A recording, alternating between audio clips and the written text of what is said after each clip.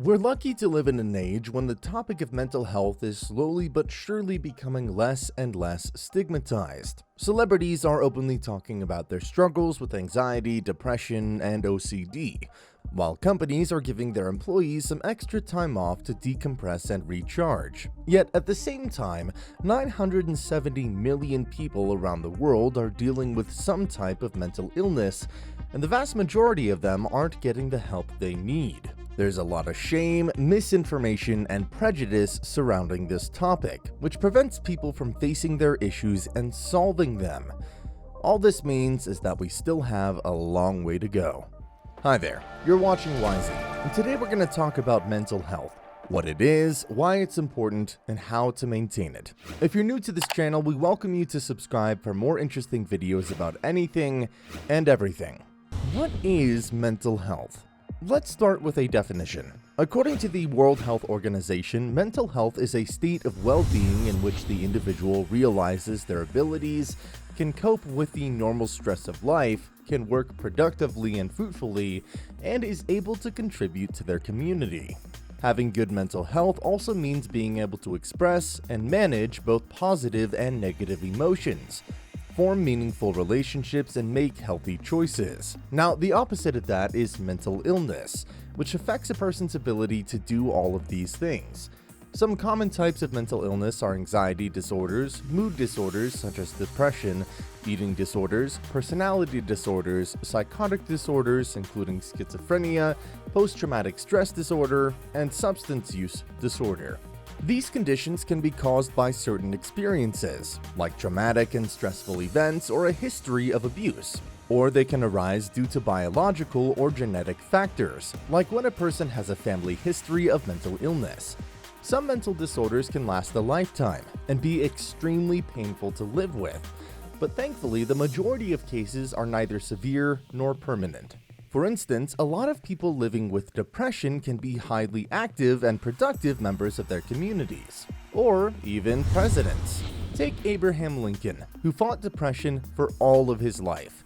He once wrote, quote, "You cannot now believe that you will ever feel better, but this is not true. You are sure to be happy again. Knowing this, truly believing it will make you less miserable now." In our day and age, one of the greatest champions for mental health is star gymnast Simone Biles, who shocked the world when she withdrew from the competition at the Tokyo Olympics after a serious breakdown. Her decision sparked a major conversation about mental well-being, and the athlete herself now uses her huge platform to advocate for other people who are struggling. So why all the prejudice? Well, one of the reasons why mental illness is so stigmatized is that people who suffer from it are often seen as dangerous or even violent. You can blame the media and Hollywood for that. While psychopaths make for compelling villains, these portrayals couldn't be any further from reality.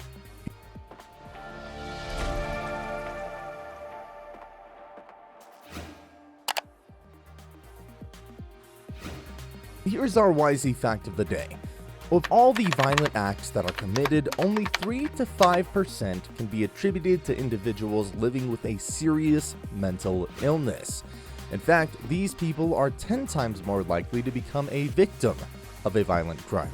That's why we should fight all the mental health stigma, so people won't feel self-conscious about their issues and will be more willing to get help. Why is mental health important? Most of us realize that the state of our mental health determines our mood and ability to go about our lives in a normal way. But what many people fail to realize is that it is directly linked to our physical well-being. Mental health doesn't just exist in a vacuum. Did you know that people with depression have a 40% higher risk of developing cardiovascular and metabolic diseases than the general population? Isn't that ironic, considering that mental disorders are often made to seem trivial in comparison to physical illnesses? It's true. Your body is an intricate system of gears and wheels, and if one doesn't work right, it impacts the whole mechanism. On top of that, mental health impacts our relationships, careers, financial stability, and overall quality of life. We need to achieve self-actualization to fulfill our maximum potential. Of course, every person deals with mental illness in their own unique way, but there are 3 harmful habits that can bring down even the most stable of people. Bad habits that ruin your mental health. Number 1. Neglecting your needs. The problem with mental illness is that it often forces you to forget about important day-to-day stuff like eating and showering regularly or getting enough sleep. Bad habits affect your mental health, so you feel bad, and when you feel bad, it's hard to take good care of yourself. It's a vicious cycle, and getting out of this rut can be difficult, but it is possible. Bad habit number 2, perfectionism. You can't feel good when you're constantly beating yourself up for not being perfect. Guess what? No one is perfect, and it is okay to fail. Perfectionists are often unhappy because they tend to focus on what's wrong, thus completely missing out on the positives.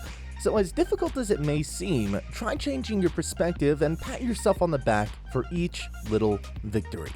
And finally, bad habit number 3, comparing yourself to others.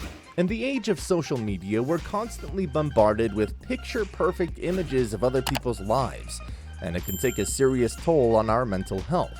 The solution to this problem is practicing gratitude, simply being grateful for what you have. Also, it's a good idea to set a quota for how many hours you spend on social media. And remember that behind all the filters, those people could be dealing with some serious problems. For now, let's lighten the mood a bit with a little quiz.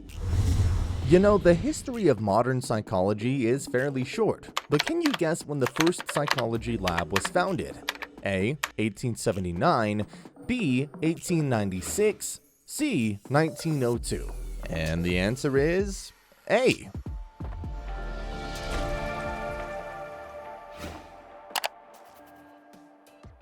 In 1979, German professor Wilhelm Wundt established the Institute for Experimental Psychology at the University of Leipzig, and many consider its foundation the start of psychology as we know it today.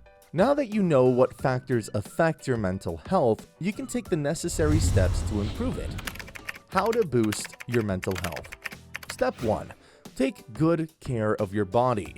Yeah, I know it's like the 3rd time I'm saying this, but you really can't understate the link between your physical health and mental well-being.